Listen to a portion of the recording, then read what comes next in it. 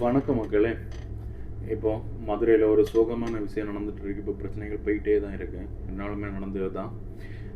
ஆகாஷன் ஒரு இளம் வயது பையனை போலீஸ் ஸ்டேஷனில் கொண்டு போய், சும்மா இருந்த பையனை அரெஸ்ட் பண்ணி கொண்டு போய் அவனை அடித்து உதச்சி ரொம்ப காயங்கள் படுத்தி அந்த பையனை சித்திரவதை பண்ணியிருக்காங்க.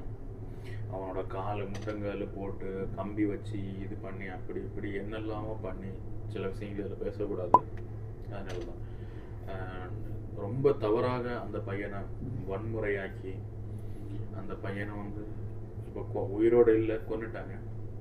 அந்த பையனே வாக்குமூலம் கொடுத்துருக்கான்.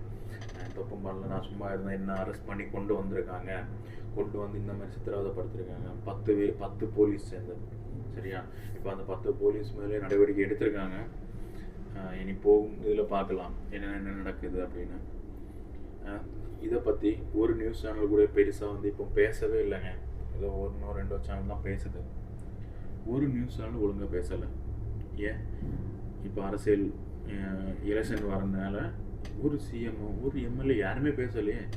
ஏன்னா இப்போ ஊரில் என்ன நடக்குது? போலீஸ் ரவுடியா இல்லை எப்படி? சும்மா இருக்க சின்ன பசங்களை அடித்து சாவடிக்கிறாங்க. இதெல்லாம் ரொம்ப தப்புங்க. போலீஸ் எவ்வளோ பட்டாலும் திருந்த மாட்டாங்க. இது எத்தனாவது பிரச்சனை இந்த மாதிரி? இதுக்கு முன்ன அஜித்னு சொல்லிட்டு ஒரு பையனை கொண்டாங்க. எவ்வளோ பிரச்சனை, ஏன் இப்படி பண்ணுறாங்க? ஒரு பாவப்பட்டோம், விசாரிங்க. ஏதாவது பிரச்சனை இருந்தால் விசாரிங்க. இப்படி அடித்து எதுக்கு துன்புறுத்துறீங்க? 2 சைடு விசாரிங்க. விசாரிச்சுட்டு அதுக்குள்ளே என்ன ஏதோ பாருங்கள். இப்படி அடித்து கொள்றதெல்லாம் ரொம்ப தப்புங்க. கண்டிப்பாக இவங்க மேலே கண்டிப்பாக நடவடிக்கை எடுத்தே ஆகணும். வேறு போலீஸு மேலே நடவடிக்கை எடுத்தே ஆகணும். அப்போது இப்போ எல்லாருமே அவங்க குடும்பத்தார், அந்த ஊர் மக்கள் எல்லாருமே சேர்ந்து ரோட்டில் இப்போ போராட்டம் பண்ணிகிட்டு இருக்காங்க. கண்டிப்பாக ஒரு நடவடிக்கை எடுக்கணும், எங்கள் பையனை எப்படி நீங்கள் கொல்லலாம் அப்படின்னு. சரியா? மக்கள் பார்த்துருங்க. இப்போ போலீஸே இப்போ பிரச்சனையை உருவாக்கிட்டு இருக்காங்க. மக்கள் அமைதியாக இருந்தாலும் போலீஸ் எல்லாரும் பிடிச்சி வாங்க அப்படியே அடித்து தள்ளுறாங்க. மக்கள் நீங்கள் யோசிங்க, பார்த்து ஜாக்கிரதையாக இருங்க.